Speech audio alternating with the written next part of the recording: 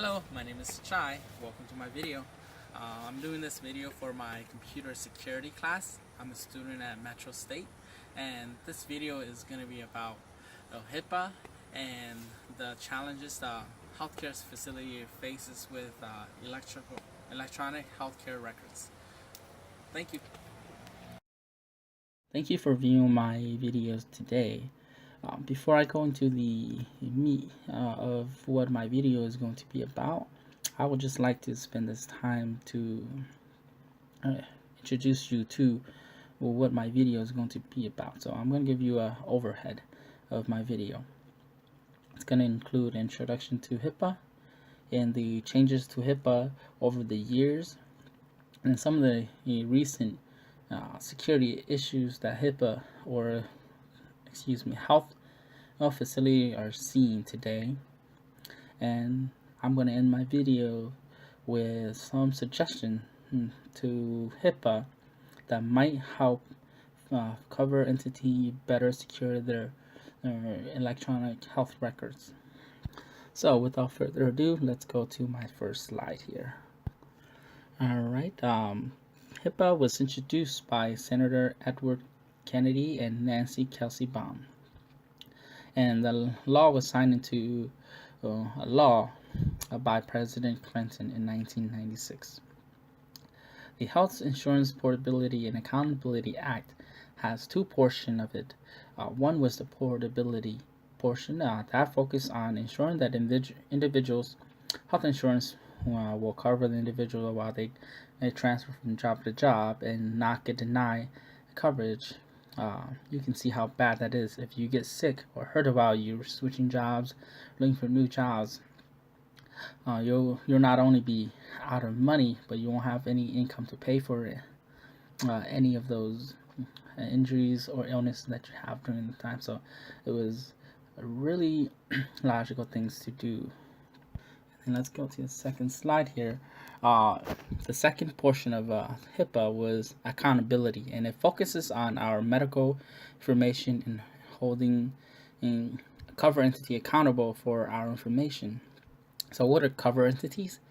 I talked about cover entities before, but I didn't specifically tell you guys what a cover entity is. Cover entities consist of healthcare providers, so there are your doctors, your clinics, so anybody that you go and you go and actually have them check you up.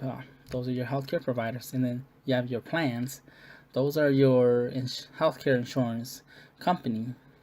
They hold your information, and then you also have your clearinghouses. Those companies might not handle your medical information directly, but they have some of your information to process payment. So under the accountability portion, the HIPAA has five main programs that it enabled. The first one is the privacy program. Second is the limitation on disclosure and use, patient rights, security, safeguard, and state laws. So we'll go through all those five, and we'll talk about the details on the next few slides here. So let's go to the next slides here. So for the privacy program, HIPAA mandated that a cover entity designated privacy officer to develop and implement policy for protecting privacy and handle questions and complaints. HIPAA also requires training of personnel. So what that means is that each cover entity has to have somebody who knows the policy and who are ensuring that the policy is being followed. And part of that is just training your personnel. And then let's go to the limitation on disclosure and use. So HIPAA requires that people authorize disclosure of the PHI unless an exception apply, such as a legal requirement to report abuse or for treatment, payment, or healthcare operation. The minimal necessary rule requires that only the minimal necessary PHI be accessed and used. So what that just really means is that only people who has a need to know will get your information, and you have to approve all of them unless it's for legal reason. And what PHI is it's any individually identified health information. So any other information below, like your name, your zip code, your date, phone, fax number, address, social security number, any of those that can use to identify you are PHI. So they have to protect those. All right, so let's go to the next slide here. All right, and then the next one is your patient rights. HIPAA provides a set of rights to patient, includes rights to be given a notice about the privacy practice of the covered entities, a right to access PHI, and a right to file a complaint alleging a HIPAA violation without retaliation. So this is a rule to help you that you can access your data when you need to, and that you can report violation without the cover entity retaliating against you by rejecting your treatment or something. And then we'll talk about security safeguard. This is what we'll actually be focusing on later on. It is for providing safeguard for EPHI, which is just electronic or personal health information. And in this section, it provides a lot of the guidelines and details that each cover entity should have to protect their data, or how they should protect those data.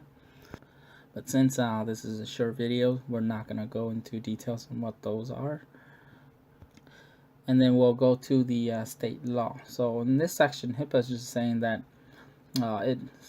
it will not preempt any stronger state law.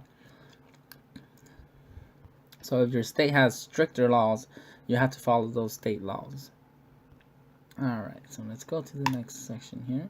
Okay, so after we talked a little about what HIPAA is, I'm just going to give you a quick timeline. And this website here has a really good timeline, so I'm just going to piggyback on them. And we'll go and look at this timeline here. Alright, so as you can see, we have when HIPAA started in 1996, when the security rule was added. So security rule is just that security portion of it that I was talking about earlier. Yeah, what we're going to be talking about later too. And then we have privacy rules, and we also have when the privacy rule was issued and when it was finalized. And then let's go down here, and what you can see is the HIPAA rule was set in 2003, and every cover entity is supposed to follow it.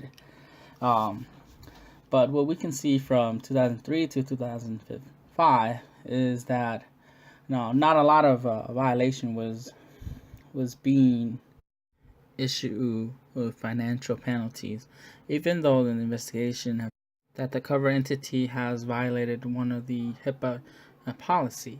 And it led to a lot of criticism, as you can see here on 2018 here. There was 33,000 complaints, and there was 8,000 investigations, but there was no penalties issued. But a statement from the OCR says that they did not want to fine cover entities because they want to ensure that the cover entities learn from the mistake, instead of saying that we got you and just finding them. In 2009, the Health Information Technology for Economic and Clinical Health Act, HITECH, transformed the health care landscape. Because what it did was it provided the state attorney with the ability to actually find those cover entities instead of waiting for the OCR. And after HITECH was enforced, we started seeing companies or cover entity actually started getting fined. So, and as we look at the timeline here, it stopped at 2015 because so far HIPAA hasn't come up with any new regulation or any new guidance. So we're gonna go back to the presentation here. Just give me a second. So most of the security breaches that we've seen recently are from ransomware attacks, and as you can see, United States is one of the most widely impacted country out there. In 2016 alone, the healthcare data breaches comprised 35% of all breaches. And in 2016, 44% of healthcare organizations reported that ransomware was their greatest concern. All right, let's go to the next one. And what is ransomware? So ransomware is a malware that carries out a crypto-viral extortion attack.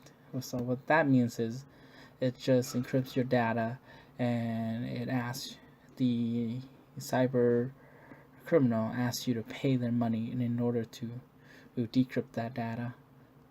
And the worst part about it is when it was happening, there was not much we can do about it because there is no way you can decrypt those encryption algorithm on the spot. And in 2015, the FBI says that the easiest way for victims of ransomware attacks are to just pay the ransom. So, but since then, we in the security community has found the algorithm for a lot of the common ransomware attack. So they can decrypt a lot of those attacks, but those are just for the common ones. If you're hit with any of the uncommon ransomware, there's no way to get your data back on the spot.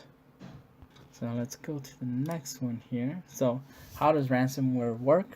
Most ransomware actually prey on human errors. So cyber criminals will send you malware through email or through you going to a website, and they'll inject malware into your system.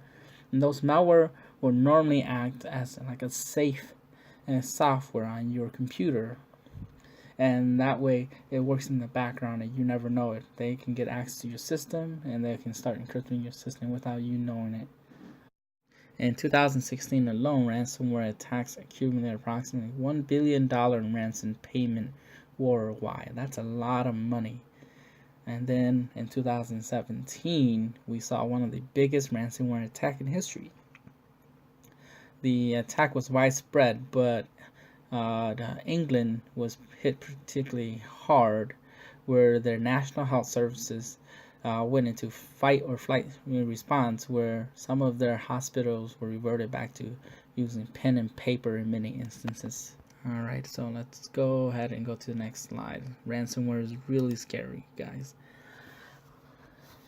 So why does these breaches happen? These breaches happen because, one, the security software designs are flawed, and two, the people who manipulate the data within the system are flawed. So we call those users of the systems. A study conducted by the Pennsylvania Patient Safety Authority examined that electronic health record related incidents between 2004 and 2012 concluded that the majority of those were involving human errors. So let's go ahead and go to the next slide here. And the next slide is just going to show you that we're getting more breaches in our IT environment, and it's affecting a lot more people. But when we look at the source of all those breaches, it's still human error. It might not be human errors as in sending someone the wrong piece of information to a different patient, but we still have human error where we're letting in all those bad viruses, all those bad actors into our system through user errors. Alright, so we'll go ahead and go to the next slide here. And in this next slide here, one of the proposal to help cover entities better control their data is to require that cover entity identify their data to two different sets of data. One is the data at rest, and one is data in motion. And what data at rest at rest means is data that are stored in static form. So for example, any data that's stored in your database or the file system, those should be labeled and recognized as data at rest. And for data in motion, those data are things that are moving through your network at any given time. So anything like your email, your messaging software, peer-to-peer networks, or anything similar to that should be data in motion. And the reason why we should treat these two differently is because we have to handle it differently in order to protect those information. So for data at rest, we generally want to protect the data and we want to clean the data, so we want to make sure the data is correct. On the other hand, data in motion, we need to make sure that there's a level of authentication, so people, when people use it, we want to make sure that the correct people are getting the data and it's not going to just anybody out there. And of course, both data has to be encrypted. All right, and another, so we'll go into a specific rule for data at rest here. One of the strategy you can use and should be required in the HIPAA policies are the 3-2-1 rule, which requires that a healthcare facility has 3 copies of data on 2 different type of media, and one of those copy has to be off-site. This helps healthcare facility in the case of an attack, so they can always back up and recover their data. And this will also require that all their data are up to date.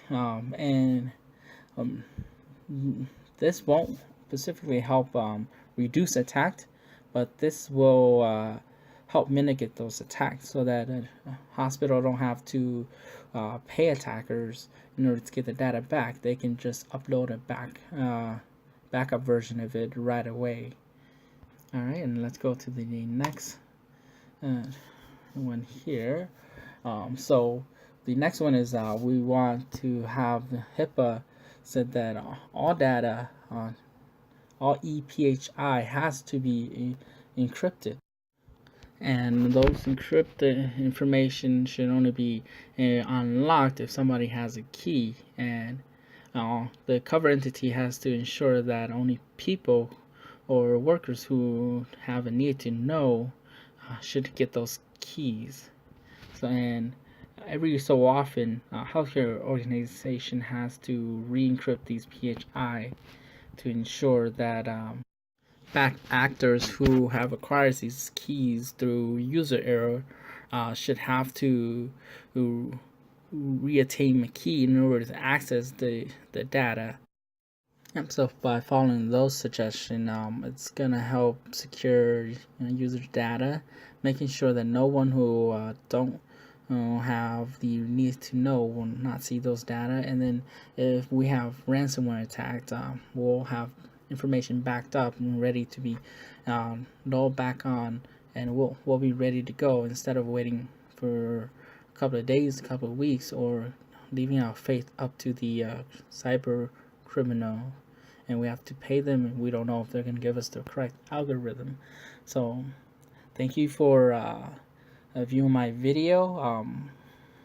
Here the next slide is going to show you my references, so if you have any questions, you can go to those references and read them over. Thank you.